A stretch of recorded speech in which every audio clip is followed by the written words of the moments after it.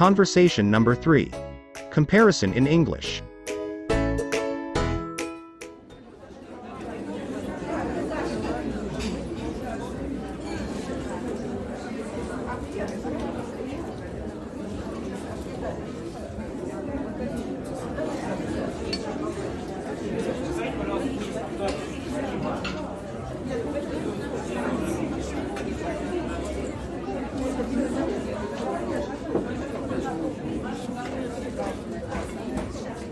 Ali, do you want some coffee? No, thanks. I'm fine. Ha, Ali, can you speak English? Yes, I speak English. I speak Persian too.